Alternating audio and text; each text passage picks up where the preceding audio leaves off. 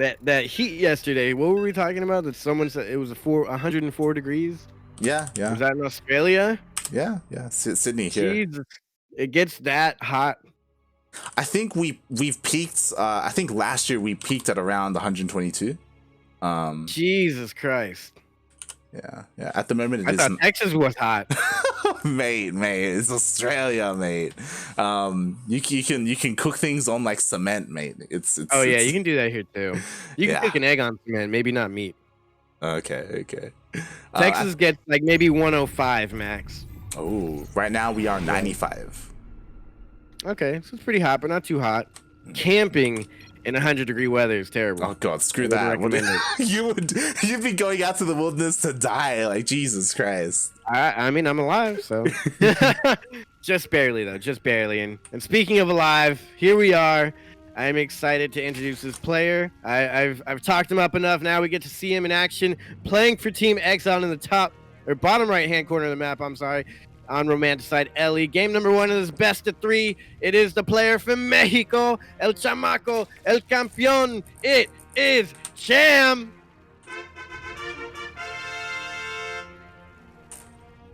And spawning in at the top left-hand corner of Romanticide LE, we have the South Korean Zerg player, the Blue Zerg, representing Team KZ Gaming, the lone Korean in Taco Cup number 6. It is Solar.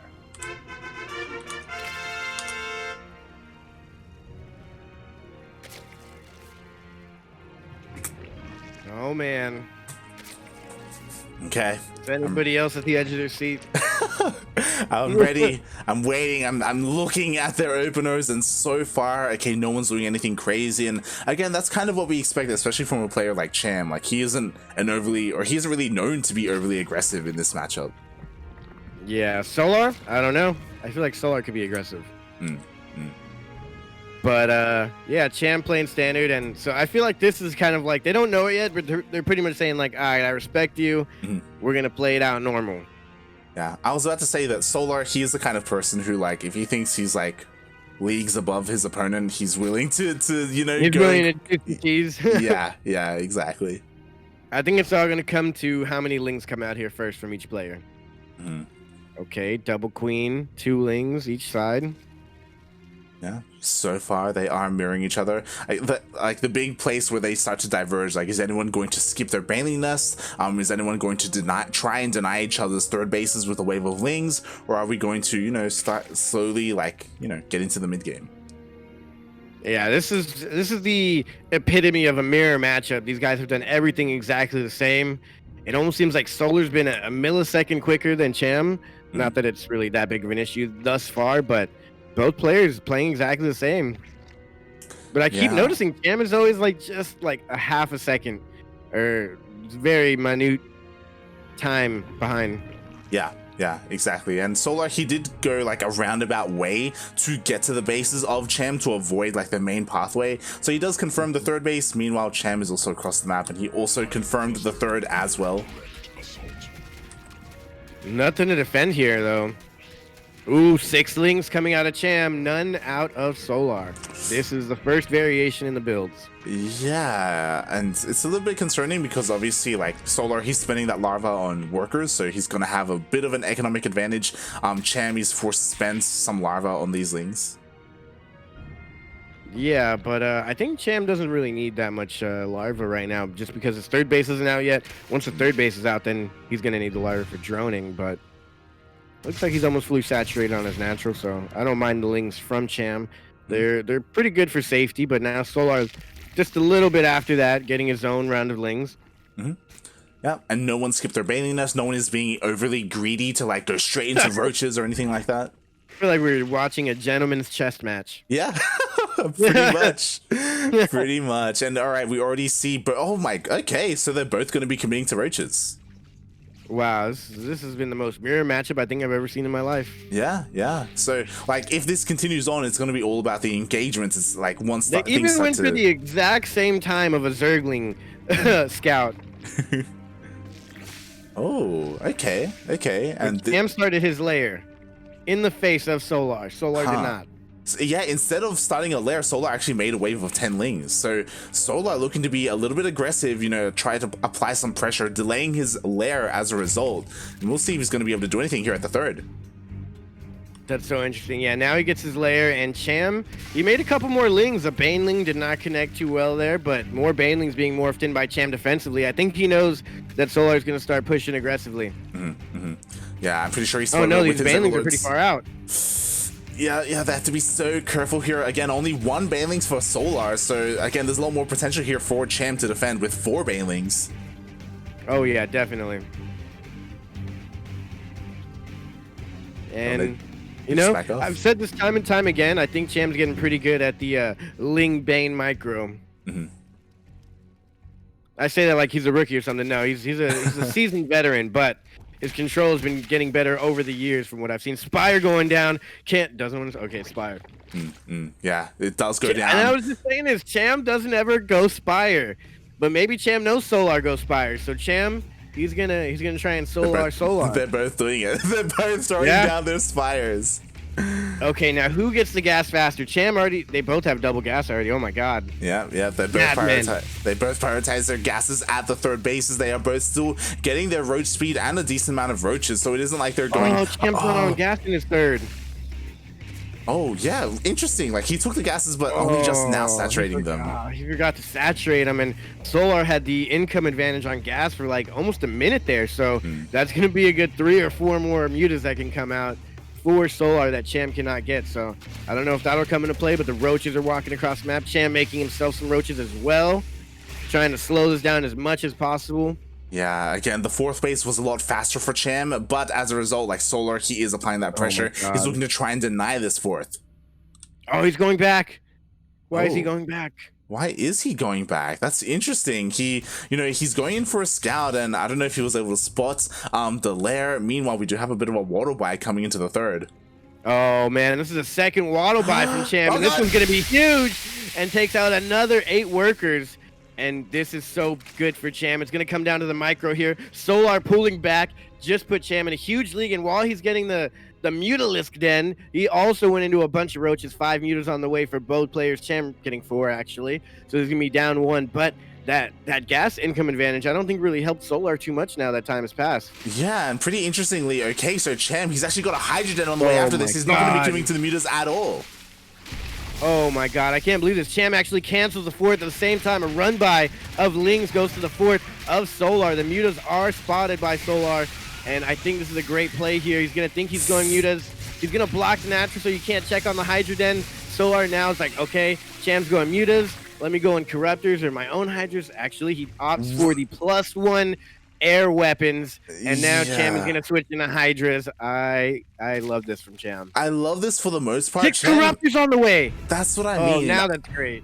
I don't know how I feel about this, because Cham, he is committing into +2 and the Hydra den, but he's opting not to get any Hydra upgrades. Instead, he is going for the Corruptors instead. He's going Roach Corruptor to battle against the Muta Roach of Solar, and I mean, I guess it's gonna work. I don't mind it at all, but he just can't take too many losses here. However, the 4th base did get slowed down for Solar, so as long as Cham keeps the 4th base alive, he should be perfectly fine. Yeah, that's the big question. What's the army of Cham doing? Like, it was all sent to the 3rd instead of the 4th. Yeah, I guess he expected a counterattack, a multi-prong harass, but wow, even with all these Corruptors, it's not really holding too well, but it is holding just enough.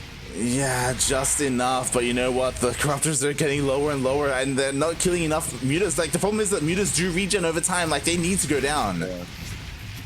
Well, he's gonna have to make more Corruptors, even getting +1 carapace for the air.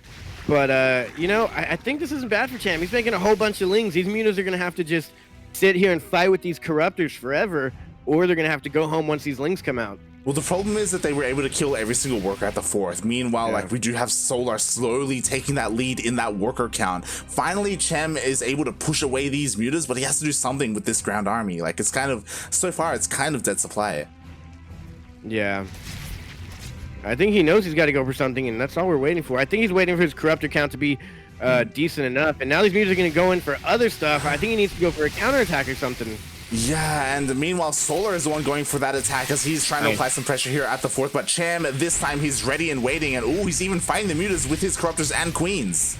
That was actually a really good fight for Cham, and now he's got enough corruptors to fight back all these mutas.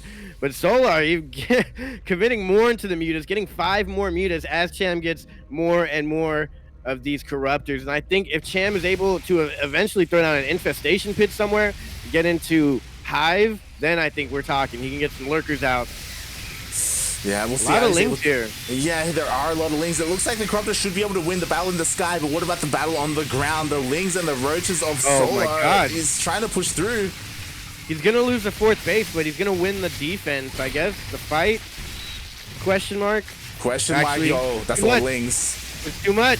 The mutas are able to fight and disengage and shoot things on the ground. However, the corruptors are solely there to fight the air, and with that, you know, Cham isn't going to have anything to fight the ground. He's going to have to go for a full-on counterattack.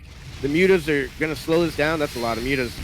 Yeah, exactly. That's the problem when you go for corruptors like this, is the corruptors are only good against fighting the mutas. You know, it's difficult to support the ground-based army because of that. And now this entire time, Solar, he's been ahead in workers. Does he have enough here to survive the counterattack? I don't think he quite does. That's a lot of lings. The lings are just going to completely surround this and then clean all of it up. And Cham on the retreat is not going to have enough to defend here, I think. These corruptors are slowly just going to bleed out.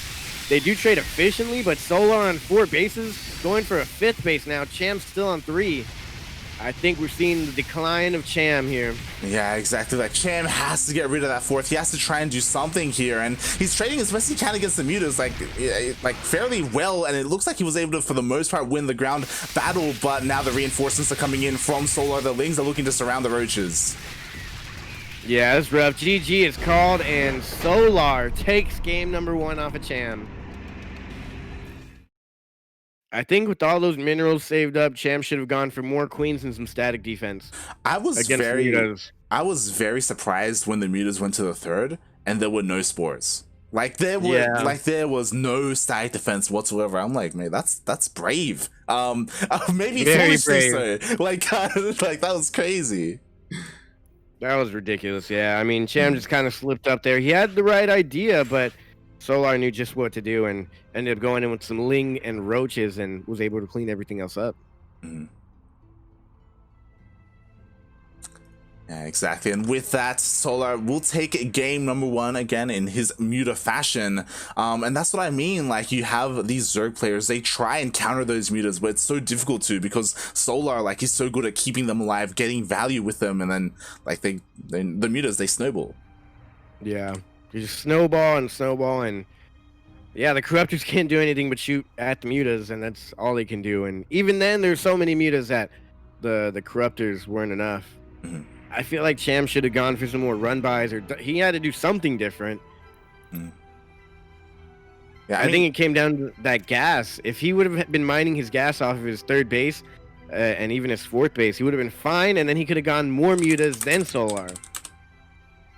Yeah, like, it's one of those things where Cham was doing a really good job at those, like, the run-bys with the banelings. Like, that was actually really impressive that he was able to pull that off. But because he lacked that gas, it did, like, really hinder his initial wave of corruptors, because the first attack with those mutas of Solar did too much damage, right? Like, he killed, I think it was on something like 15 drones at the 4th. Like, there was no mining whatsoever at that 4th.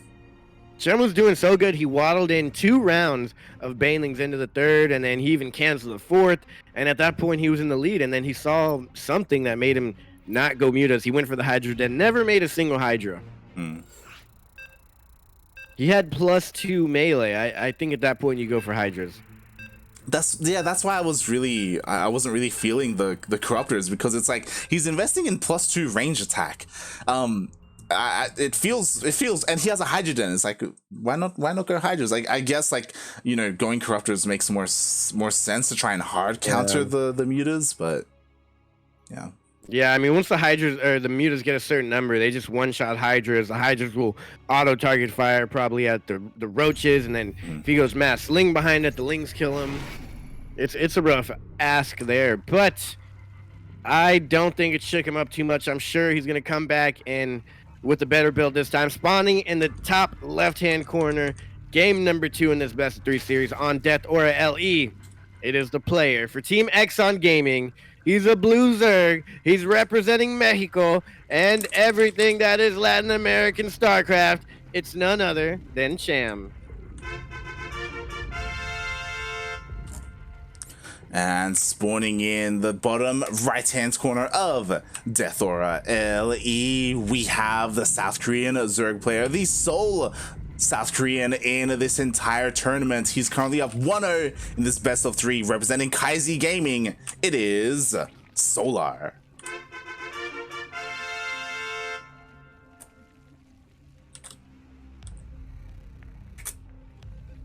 Okay.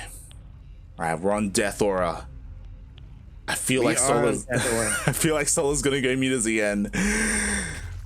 Do you think Cham would have been fine if he just maybe even hadn't even made a Hydrogen, right? Just to like save that gas for the Spire for the corruptors instead? Or do you think like Cham should even try and go Spire himself and go mutas himself and go like muta versus muta?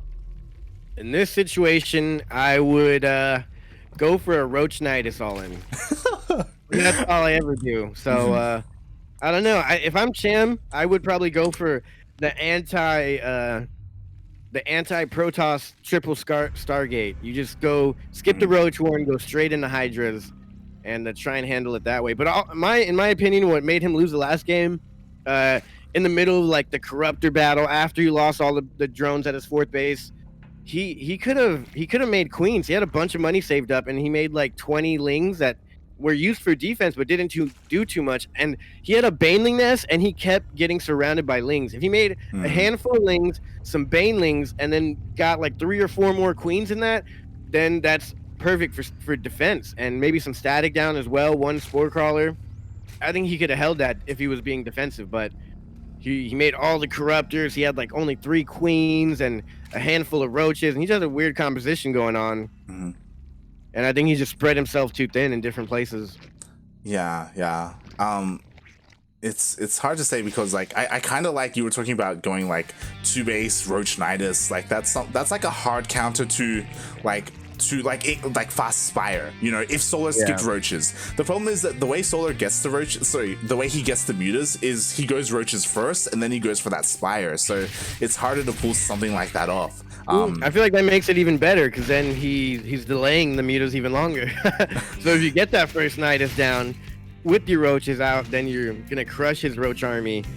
And would you though? Because the problem is that in that situation, I would imagine that you'd have more or less equal roach count, and Solar with the defender's advantage. It's well, if you go like Nidus roaches, you'll have more roaches because you'll take the 3 gases early on and be building that gas up. Yeah. Like by now, the layer would be on the way. There'd be three gases taken, and the gas would start to pile up. But obviously, we don't have that here. Cham, too nice of a guy to go for a Roach Nidus ever. He closed the door nicely, though. Yeah, he's able to deny the scouting. So again, Solar, he's a little bit in the dark. He doesn't know if there is something like a faster layer or faster gases being taken. In the Zerg universe, queens are the bouncers of the club. She's like, Red Zerg? Nah, that's not cool. You're not in. You're not on the list. You're not friends with the owner of the club. Yeah, you don't know the owner of the club. They're like, dude, I'm on the list. I'm a Zergling. Like, nah, you're an imposter. Oh, Cham just a little bit mismicroing here. Oh, yeah. Unfortunately, wasn't paying attention with his Baneling. And once again, just like the last game, we do have a bit of a faster layer coming out here from Cham. We'll see if he's going to be able to use that. The thing I'm questioning is why is Solar hiding his Roach Horn in the natural? He's trying to pretend, maybe. I don't know. Maybe, I guess since he doesn't need it in the wall, you can put it wherever, but he really put it somewhere in the back where it shouldn't be scouted. Yeah, I mean, they both did, to be fair. Like, we do have... Cham has to layer the natural and 4 gases coming up. Solar already has 3 gases, so I think Solar's going to go into Roach Nidus, maybe. It's possible.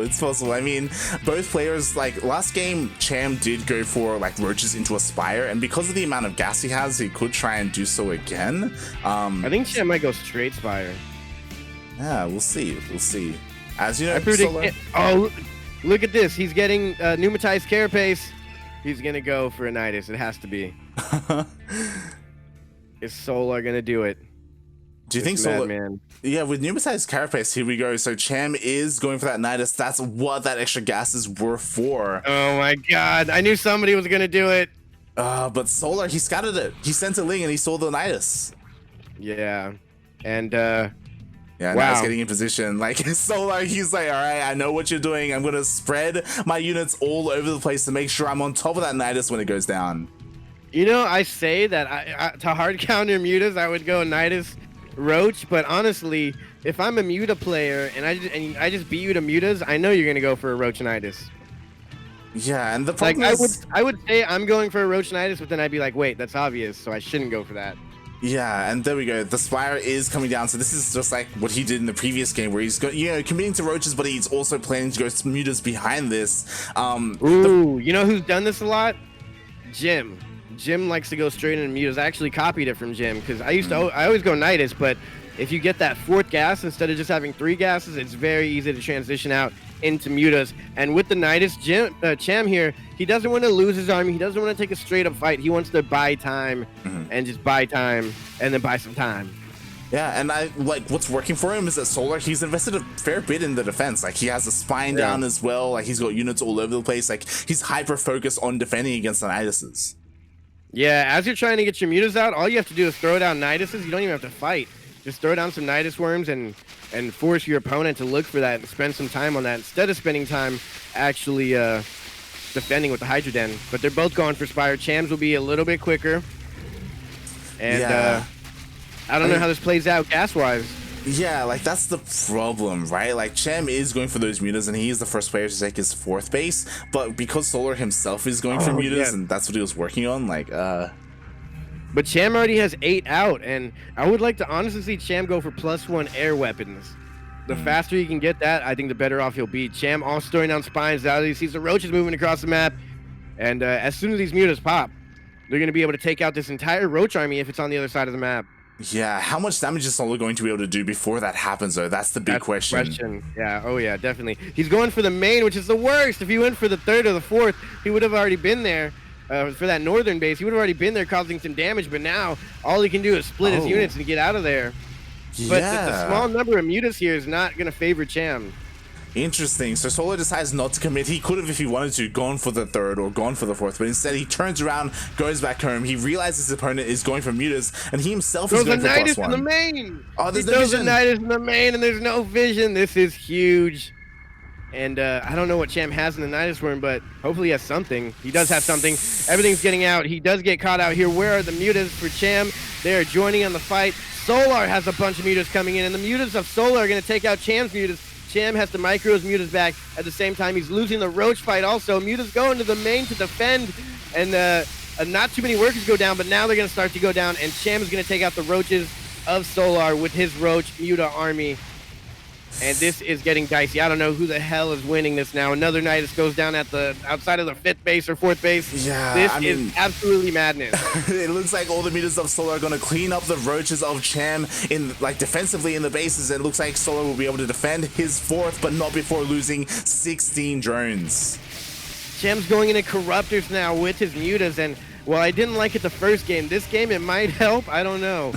Solar's just going more and more Mutas. Even though he lost 23 workers, Cham has lost no workers. Cham is at 66 workers. Solar at 40. And Solar's just trying to go more and more Mutas, which is kind of crazy, but it might work. Yeah, and what's crazy is that 32 drones have gone down, like a nice Ling run-bys at the 4th base, the Nidus in the main as well. Cham has been all over the place, and Solar now it's like he has to deal some kind of damage, and with these Mutas he's picking off these Corruptors. Yeah, there's more Corruptors on the way. Some static finally here. That's going to be a game changer for Cham and allow him to anchor himself by these bases here. Oh, the Lings come in for the surround on the Queen. And now Cham is going to take some big losses. Muta's on the way, but I don't know if it's going to be enough. No creep between the bases means the Queens aren't going to get under the Mutas, and I can't believe it. GG. Solar wins down 20 workers and eliminates Cham from the Taco Cup number 6. I hate to see it, man, but what a game. That was such an explosive game.